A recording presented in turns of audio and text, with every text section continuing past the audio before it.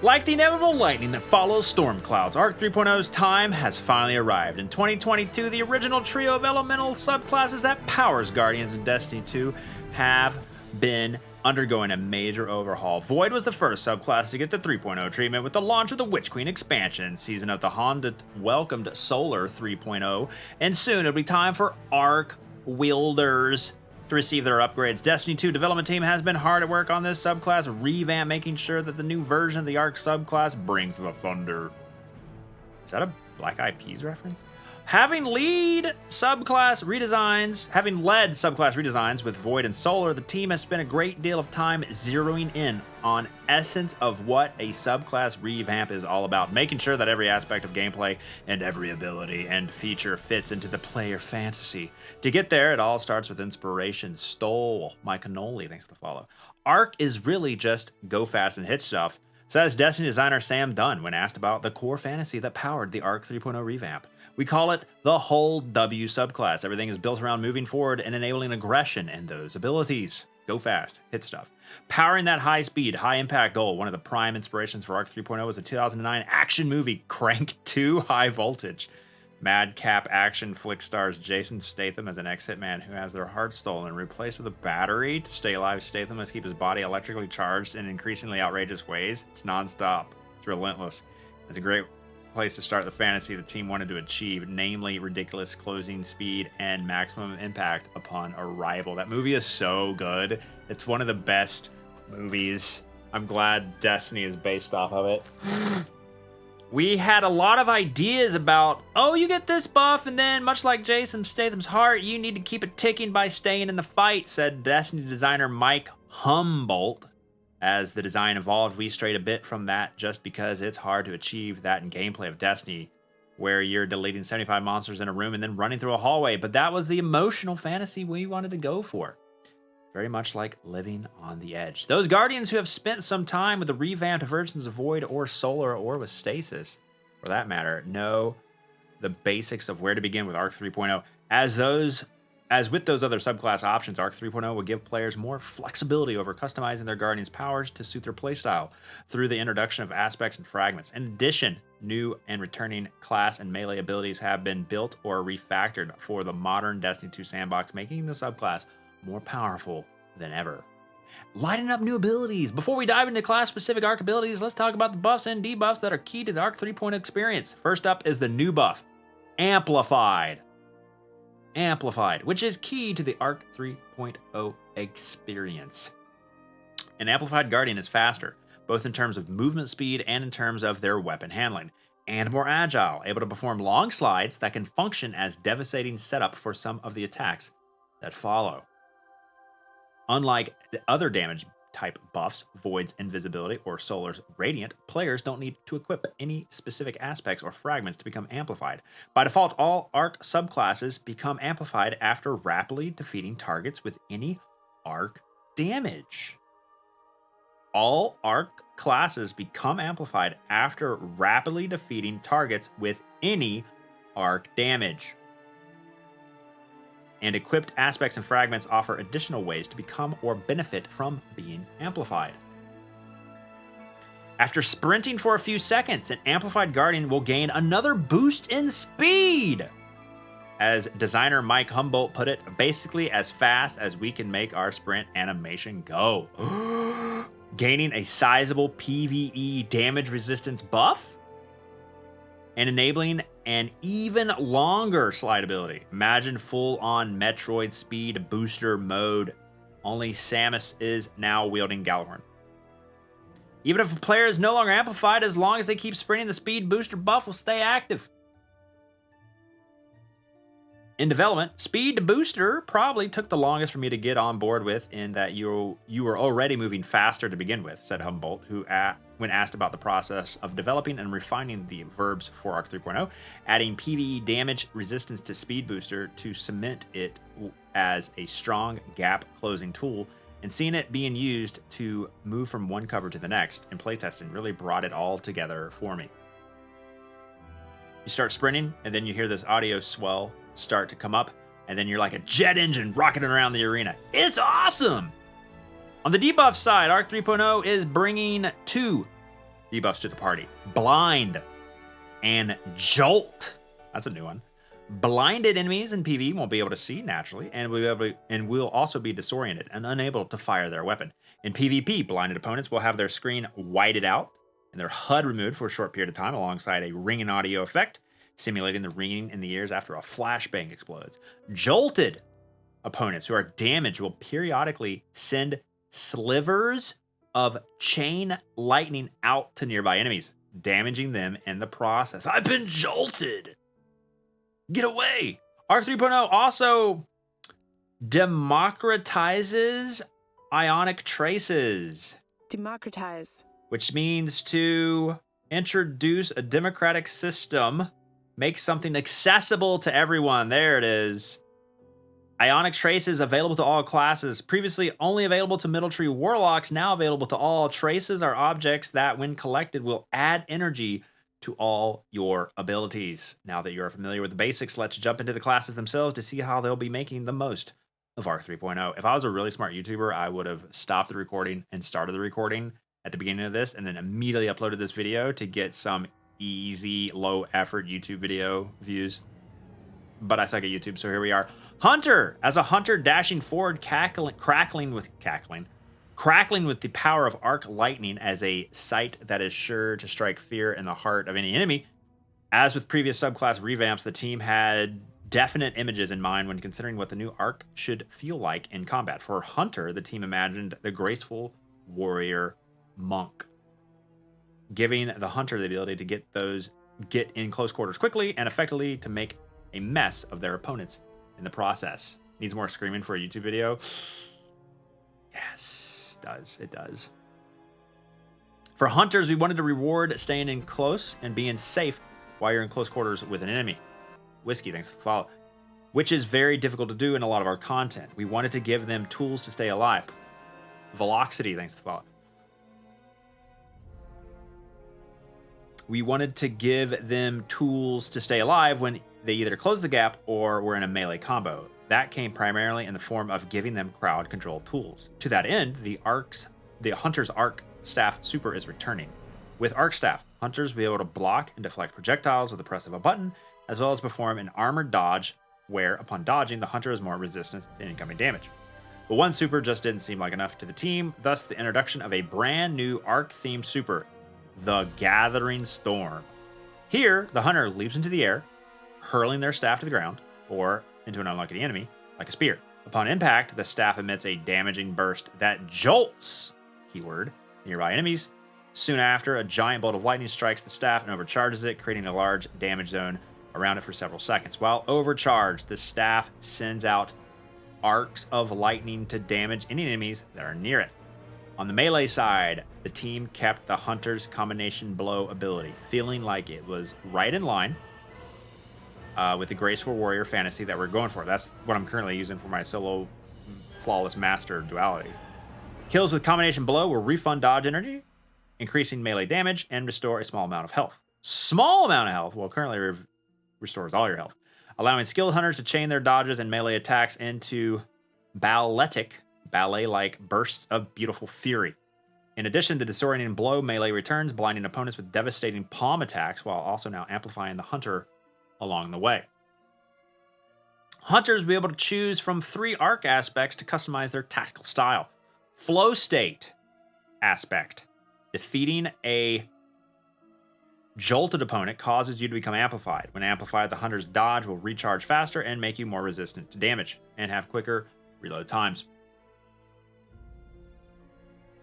Tempest Strike allows the hunter to perform a sliding melee that launches an arc wave along the ground, dealing significant damage and jolting enemies in the path. We have this already on Military Arc. Lethal Current. After dodging, the hunter's melee lunge range is increased. Their next melee attack jolts the target and creates a damaging lightning aftershock. When used with the Arc Staff Super, after dodging, the hunter's next staff light attack hits twice. In addition, hitting a jolted enemy with a melee attack will blind them. Rich, thanks for 21 months of hard-earned money. Welcome back to the stream. Finally, and of particular note, Arc 3.0 will also bring back Blink! Hunters get Blink! Let's go! For Arc Hunters, in fact, the Blink ability will also include a baseline buff for any class that has access to it. Looking at you, Void Warlocks. Blink hasn't really been touched since Destiny 2's release and never quite reached the heights of its previous reign of terror. Humboldt said, "We felt like this was a good time to walk a few of the tuning changes back a little and bring Blink's potency at baseline up without needing an exotic equipped. In practical terms, this means an increased travel distance and a reworked recharge model for the ability that will keep it fresh while still maintaining its effectiveness." Oh my goodness, Blink is back on the menu. Can't wait to fall off platforms because of Blink. Warlock Arc 3.0. Oh, we gotta read faster. Player fantasies don't come any more vivid than what the team had in mind for Arc 3.0. Warlocks, 2 separate images were top of mind. The Lightning Shaman and Emperor Palpatine in full Lightning Fingers mode while turning Luke Skywalker into burnt toast. That never happened. Anakin. We wanted the player to feel like they're channeling the power of the storm through their body, said Dunn, controlling the storm, controlling lightning like an elemental conduit. 2 supers will be available for Warlocks. Chaos Reach, where players will be able to shoot concentrated beams of arc energy out of their hand, decimate opponents, and Storm Trance, which is more akin to the image of Palpatine floating around the world, firing electricity from their fingers. Unlimited power. This super combines with both landfall behavior from the previous bottom tier arc tree, creating a damaging shockwave underneath the player, and the ionic blink behavior from the old top tree arc, allowing Warlocks to teleport briefly during the super. Like Blink, but not Blink, but sort of Blink. Warlocks will have 2 melees available, both utilizing the power of lightning. The ball lightning melee will send out a floating ball of arc energy that detonates, zapping enemies down from above. Chain lightning will send out arcs of lightning to strike and jolt the primary target and chain damage to surrounding enemies in the process. Quote, "The Warlock's whole thing is about being amplified, modifies their abilities. It powers them up," said Dunn. For ball lightning, if you're amplified, the arc ball will fly out and zap enemies 3 times instead of just the normal 1 time, so you can get more damage out of it. For chain lightning, it chains to more targets. More specifically, while normal chain lightning creates a single set of chains that bounce between a set number of targets, when amplified, the ability creates 2 sets of chains and can potentially jump to twice the number of enemies. 3 aspects will be available for Warlock's Arc Soul. The Warlock casts Rift to create an Arc Soul that will assist the player in battle.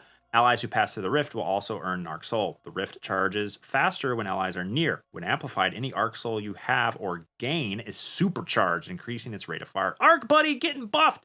Lightning Surge. The Warlock activates their melee when sliding to transform into a ball of lightning.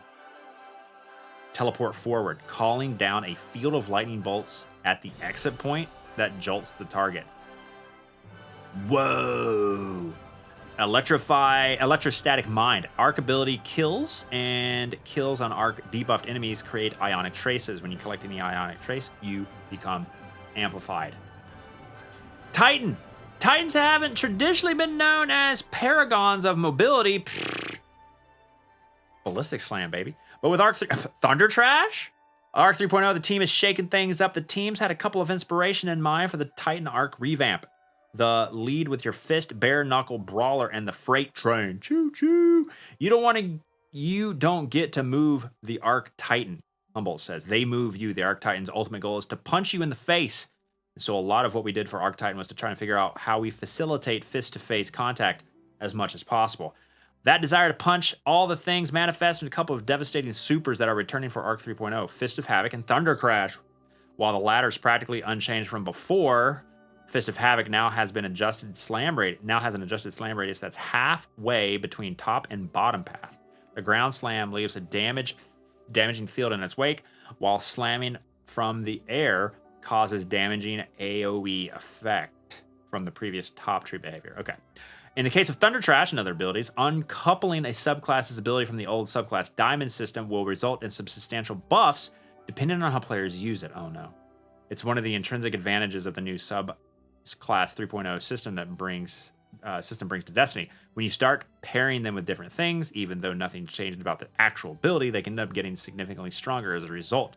Because now they aren't locked into a canned set of perks that surround them. Thunder Crash is a great example of that. I don't want Thunder Crash to be good. I want it to continue to be a meme in PvP, but let's see. One of the biggest changes coming to Arc Titan is the new Thruster class ability. Okay. By double tapping a button, the Titan bursts in their throttle direction at speed, performing a quick first-person evade. Twilight Garrison, comparable and distant to a Hunter dodge. Arc is, can this be done in the air? Arc is the damage type that is about mobility, so we're going to add a mobility boost anywhere. It was going to be here, said Humboldt on Arc Titans. For melee attacks, Titans will retain the seismic shoulder charge, which blinds enemies. Performing a seismic strike while amplified will increase the radius of the blind, and blinding effect will last longer. Ballistic Slam also returns, where players can slam the ground after sprinting in the air, damaging explosion upon impact. Yay, Synthoceps. Those returning melees will be joined by a brand new charge attack known as Thunderclap. Here, the Titan player holds the melee button, charges up arc energy that can be unleashed in either a quick, powerful jab or held and built up to be unleashed in a furious One-Punch Man style blast that will devastate an opponent. The charge state cannot be stored, and the Titan must be on the ground to charge the punch. The damage is significant. A 90% charged Thunderclap will one-shot Guardians in PvP, but that reward will be balanced by the time it'll take to build up the charge level and the fact that you must remain stationary to charge it. Always a dangerous move in PvP. Yeah, that's interesting. Hide around a corner, charging up your punch. Like the other three subclasses, Arc 3.0 Titans will have 3 aspects to select from. Touch of a Thunder improves arc grenades in the following ways. Flashbangs fires an additional blind impulse on first bounce. Pulse, when the grenade damages an enemy, it creates an ionic trace for the Titan. Pulse grenade damage increases over time as the grenade lingers. Lightning Grenade grants an additional charge for Lightning Grenade, jolts the target on initial blast. Storm creates a roaming thundercloud that moves and tracks enemies, similar to Stasis, Hunters, Silence, and Squall, firing lightning bolts at the ground underneath it. Interesting. Juggernaut aspect while sprinting with full class ability Energy, the Titan gains a frontal shield that blocks incoming damage. When amplified, the shield is stronger. Once the shield is depleted by taking damage, the player's class energy is depleted. Knockout. Melee kills trigger health regen and make the Titan amplified. Critically wounding an enemy or breaking their shield increases melee range and damage for a brief period.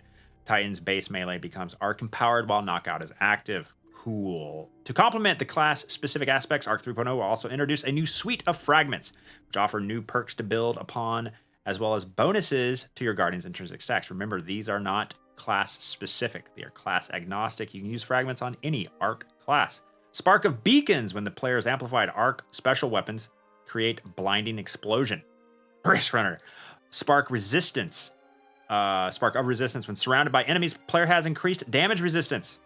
Spark of Momentum, sliding over ammo will reload your weapon, granting a small amount of melee energy. Sliding over heavy ammo increases the amount of energy gained. Ooh, looks like we no longer have middle tree inertia override. Spark of Shock, this player's arc grenades jolt enemies. In all, the changes that are coming to Arc 3.0 will give Guardians more ways to bring the pain to the enemies of humanity, while also letting players customize their Guardian to the way they want to play. Fans will have their first chance to see Arc 3.0 in action during next week's Destiny 2 showcase. 5 days, 23 hours away, which is coming August 23rd, starting at 9 a.m. Pacific. Check out the showcase reveal page to learn more. And that is your Arc 3.0 article, Bring the Thunder, inside Arc 3.0.